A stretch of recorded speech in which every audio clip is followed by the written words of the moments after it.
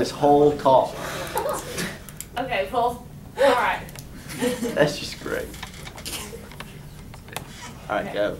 In the 1999 film Green Mile, a New England officer, a middle-aged police officer, works E-block, an execution block in a New England jail. They call this the death row, which is also referred to as the last mile. But here in the movie, it's called the Green Mile because they try to treat the inmates well before they ride the lightning. The form of execution used in this movie is the electric chair. The inmates here at the Green Mile have all done some type of crime to get them to the place where they are. However, the practice of being sentenced to death was no new idea during the setting of the movie. Actually, so many people were being sentenced to death during that time that the government later had to change the harshness of the laws. The practice of crimes punishable by death had come about centuries before. Governments have been taking the lives of people for their crimes for hundreds of years. During the reign of King John in Britain, he made the death penalty so harsh that a citizen could publicly be executed just for not paying their taxes on time. But where's the line that is between a crime punishable by death and a crime punishable by putting a person in the cell for the rest of their life? For most people, that line is the act of murder. An eye for an eye, or a life for a life. But with the killing of the criminal, how much better does that make us? If we are supposed to be a civilized society, how civilized is it to put to death the people who have done wrong? First, we will discuss the problems with the death penalty, then move to the causes, until finally arriving to the ways that you can help. The first problem would be the government and the laws. From 1608, when settlements were first popping up on American shores, to 2012, 15,819 lives have been taken from this vicious act of punishment. That would be 39 people per year from 1608 all the way to 2012. Who should be the one to say that a man or a woman's life is to be taken for the mistakes and wrongdoing that he or she has done? The American people depend on the American court system. But what if the laws do not always match up between each state? The laws between the states about the use of the death penalty can vary. According to the Death Penalty Information Center, as of April 2012, Connecticut was the 17th state to abolish the use of the death penalty. Us, we live in the state with the death penalty in action. Still, the laws consisting with capital punishment have fluctuated throughout the years. These laws should be consistent. As one can see, not every state in the Union uses the death penalty. 33 states still have it as an option of punishment. We should all be united in our laws and values. The idea of killing American citizens for their crimes is too divided between the states now. It needs to be abolished, just like it has in our 17 states. With the states having different ideas on the death penalty, where should the line be in the states with the death penalty in action? Some say it's the amount of people the criminal has killed. Some say it's rape.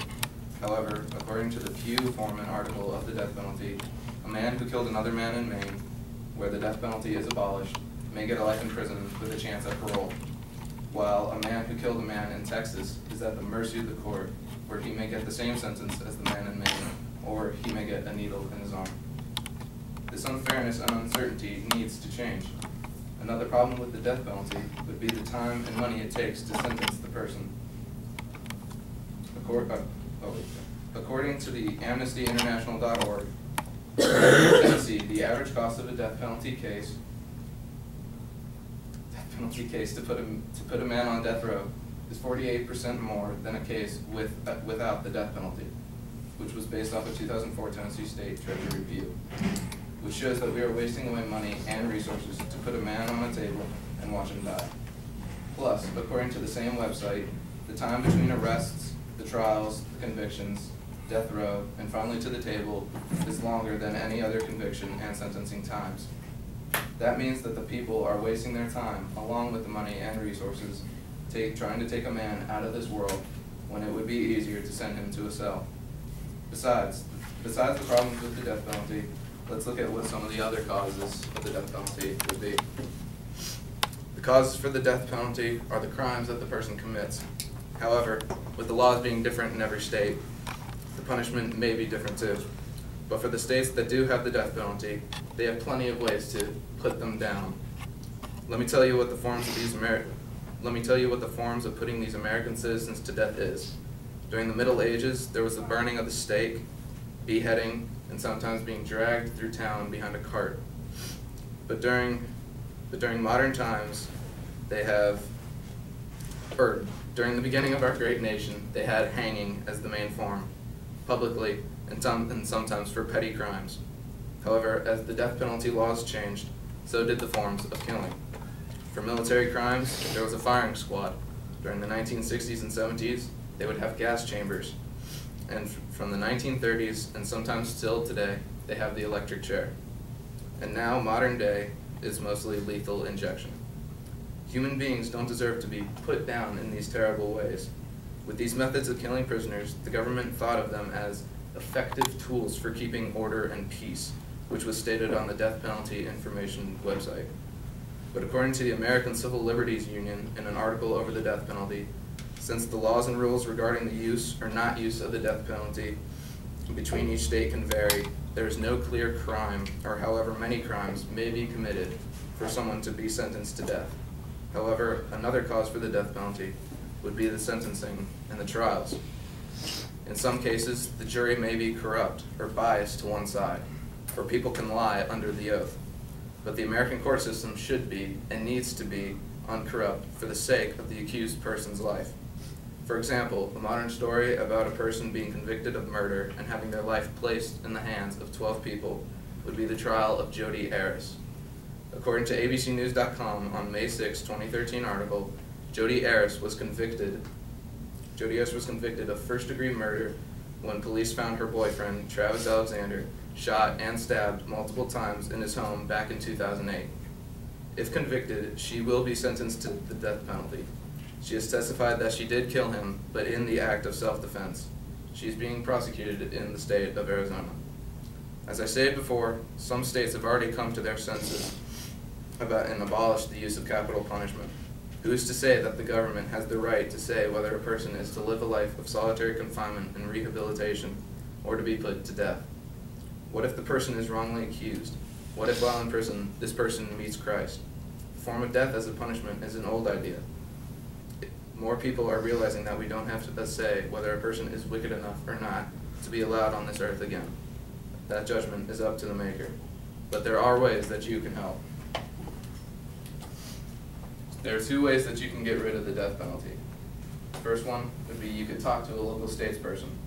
According to the death penalty information website, the topic of abolishing the death penalty in California was brought up for vote in California's House of Representatives at the beginning of May.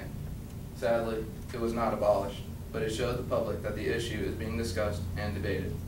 abcnews.com stated that even though the bill was declined, it gained a large amount of public support. You can talk and have a meeting with a local state's representative and give him a case. With Tennessee being a state with the death penalty in action, you can have a meeting with a state rep and show them your support.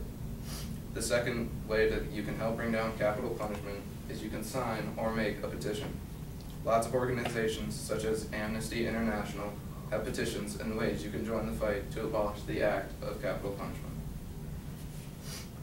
One of the main characters in the Green Mile was John Coffey, a large black man convicted of murdering 2 little girls. As the main police officer met him, he realized that John Coffey was wrongly accused, but he followed his orders and he let John ride the lightning. There are problems with the death penalty and they need to be fixed. Causes with the death penalty need to change, and you can help bring it down. People should be locked up in a cell and held, not strapped down to a table with a needle in their arm. Will you stop this?